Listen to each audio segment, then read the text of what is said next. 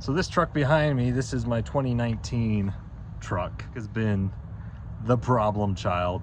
It hasn't been a small problem or a medium problem. It has been the whole problem.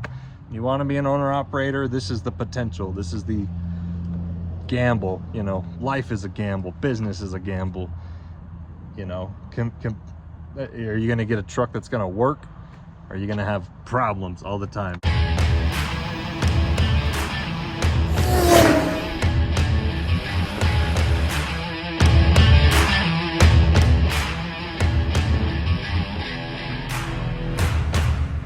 What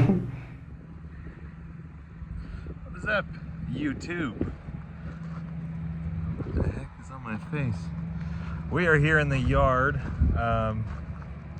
It is Friday night, and we are going to be taking that sexy truck to Idaho somewhere. Where am I going?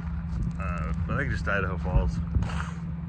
I tried to go home and take a 4-hour nap because I was awake all today. So I got about 4 hours of sleep.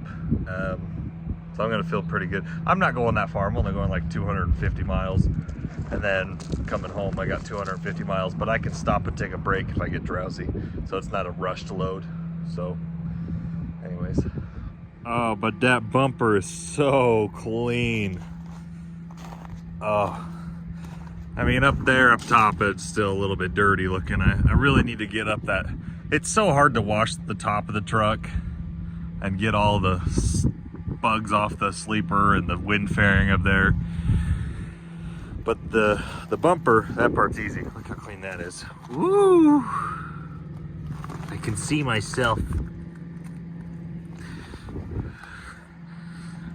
Nice. Let's get Betsy fired up and get rolling to Salt Lake. All my fluids look good. Coolant's nice and red, not turning black. Filter's good, oil's good. I think we're ready to run. I tried to clean this off. I had a little bit of a leak right here on my power steering, so this all got covered in gunk, but this is good. So let's get her warmed up. Click, click, click, click. I don't need AC yet.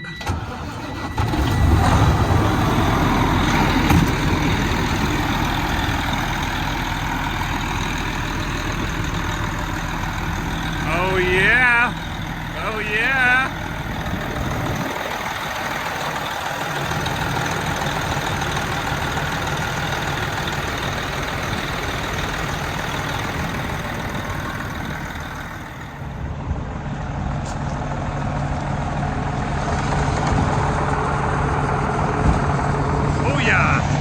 Let's get rolling.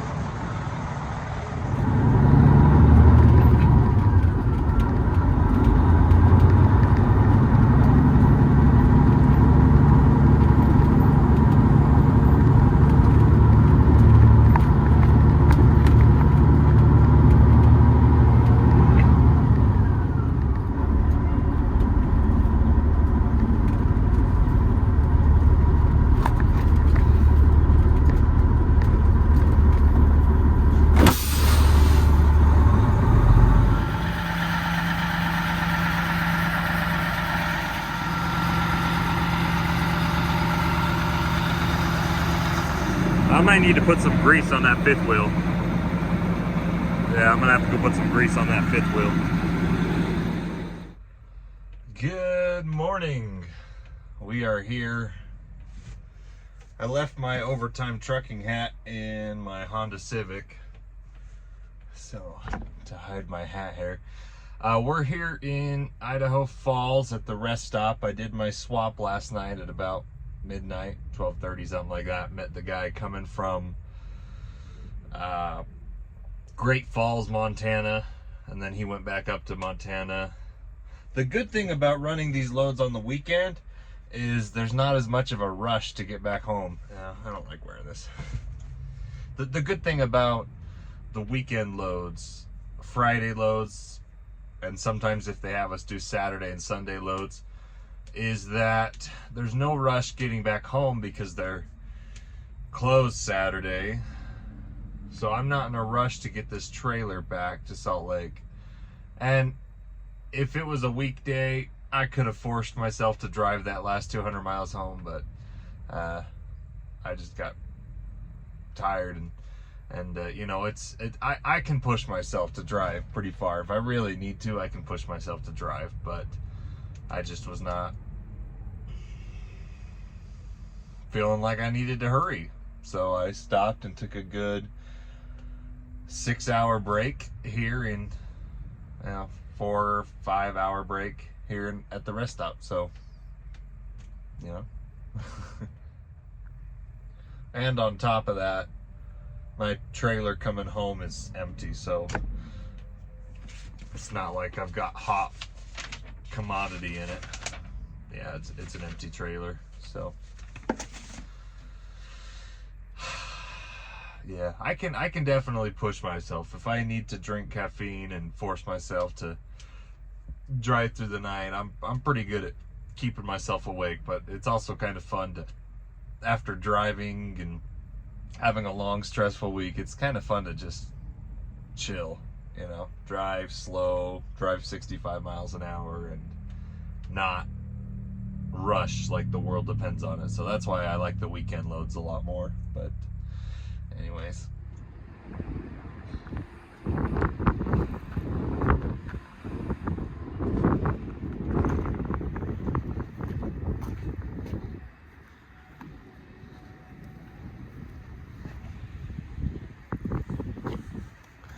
oy vey. Fun. So, gosh, I don't know if there's a storm blowing in, but it's been pretty windy today. Anyways, whatever. Hopefully you guys can hear me. I don't want to go get my mic out of the truck. So this truck behind me, this is my 2019 truck. Kind of want to tell you a little bit of a story. This truck has been the problem child. It hasn't been a small problem or a medium problem. It has been the whole problem. Okay, so this, when they talk about, you know, when you have your truck and you're having problems, and you know, the reason that a lot of single owner operators fail is because of maintenance. You know, and problems that the truck, you know, could bring up, and honestly, another reason why most big shippers and carriers and brokers don't take single owner operators seriously is because if you only have one truck, you only have one truck. So let me tell you about this truck that I bought. I bought this truck about a year ago, a little over a year ago, April of last year. I actually made a video about it. The video is really long. Don't watch the whole thing if you don't want to. But I bought this truck because it was cheap. And let me tell you, this truck has been through the ringer, especially the last 5 months. We haven't made any money with this truck in the last 5 months. It has been sitting. Yeah, it has been sitting. I mean, we've put about 80,000 miles on it since I bought the truck in the last year. But it has been problem after problem. We did the transmission, we did the clutch, we did the engine harness, we've done a lot of things to it. Airlines, which are, you know, airlines are basic things, but the power air, or the airline divider underneath the dash, so many rewiring, so many things.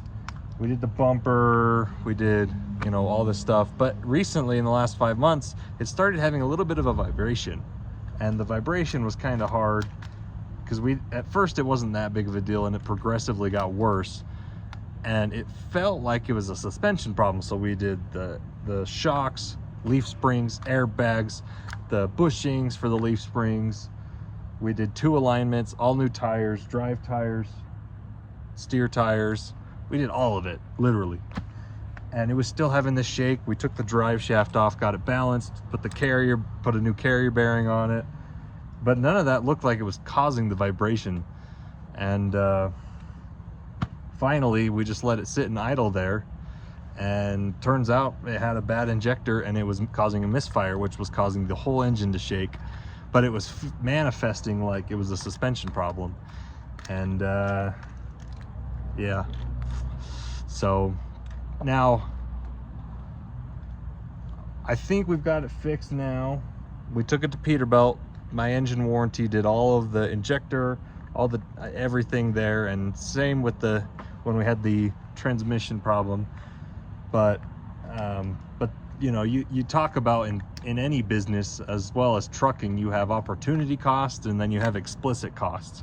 So, you know, explicit cost would be like, well, it costs this much to fix this, and it costs this much to do this, and fuel costs this much. But also you have the opportunity costs. And the opportunity cost is that this truck has been sitting for 5 to 6 months and has made zero revenue. It's just been sitting because I didn't want to deal with it. And you know, that's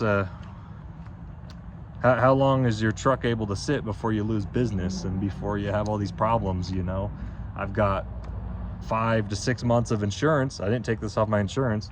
5 to 6 months of truck payments. The bank didn't give me any leniency. I still had to make my $800 a month truck payment. So anyways, it's I think we got it fixed now. Caden's gonna test drive it tonight. It has a couple minor things still that we need to do, but I'm hoping that we get this truck to the point that next week I'm gonna put a driver in it and it's gonna finally be generating some revenue and making up for all those expenses that we put into this truck. So anyways, you want to be an owner operator, this is the potential, this is the gamble. You know, life is a gamble, business is a gamble. You know, are you going to get a truck that's going to work, or are you going to have problems all the time? Because I think about it, you know, this is a 2019, my other truck Esmeralda is a 2020. That truck has been way better than this truck. So, you know, they're both 2019 2020 trucks. One's been in the shop non-stop for the last 6 months, and one has only been in the shop for 2 weeks in the last year. You know, we had to do the differentials, but that was about it. And that truck, I've put 300,000 miles on that truck since I bought it. Has 200,000 more miles on it.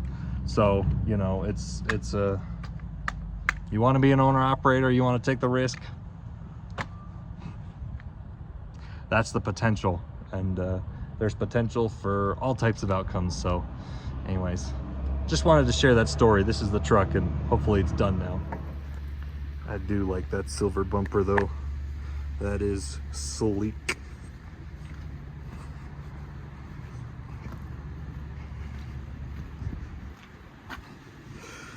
Tires, we did all these bushings, shocks, airbags, everything. Literally rebalance the drive shaft. I didn't do anything.